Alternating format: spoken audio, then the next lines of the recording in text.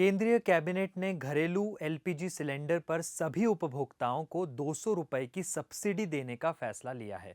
साथ ही उज्ज्वला योजना के तहत मिलने वाली 200 रुपए की सब्सिडी को बढ़ाकर 400 रुपए कर दिया गया है।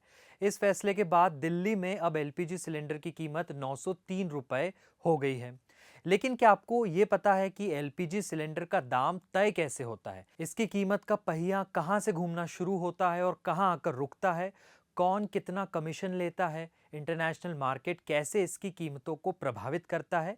चलिए ये सब जानते हैं। आपके घर जो सिलेंडर आता है वो 14.2 किलो का होता है। इसकी जो 90% कीमत है वो एलपीजी गैस की होती है। फिर बाकी और भी कीमतें होती हैं जिसे जोड़कर पूरे एक सिलेंडर की रिटेल प्राइस तय होती है। सबसे पहले एलपीजी की कीमत अंतर्राष्ट्रीय बाजार तय करता है। फिर भारत में आने के बाद बाकी कीमतें जैसे डीलर का कमीशन, जीएसटी आदि उसमें जुड़ता जाता है।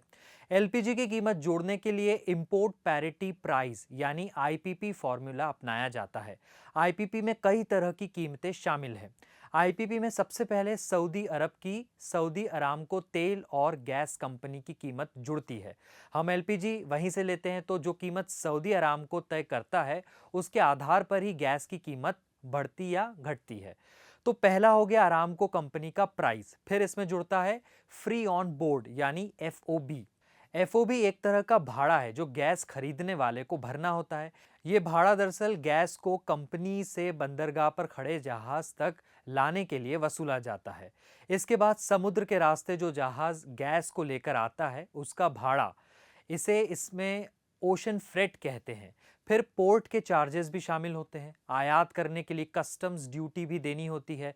तो ये सारे शुल्क जुड़ने के बाद एलपीजी सऊदी से भारत के बंदरगाह पर पहुंचती है।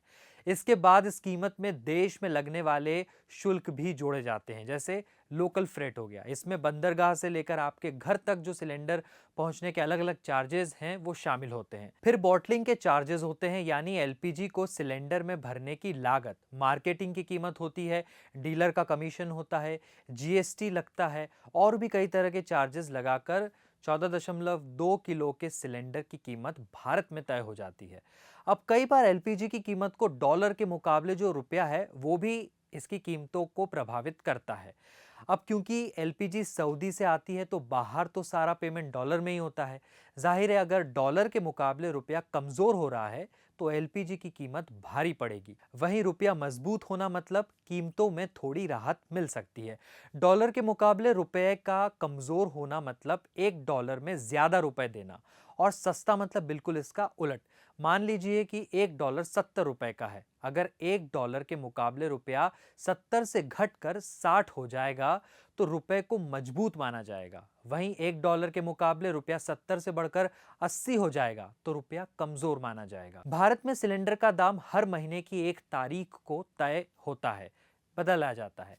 हालांकि ऐसा जरूरी नहीं है। अगर अंतर्राष्ट्रीय बाजार में दाम की कीमत में महीने के बीच में ही उतार चढ़ाव हो जाए तो एलपीजी का दाम उसी अनुसार बढ़ाया या घटाया जा सकता है।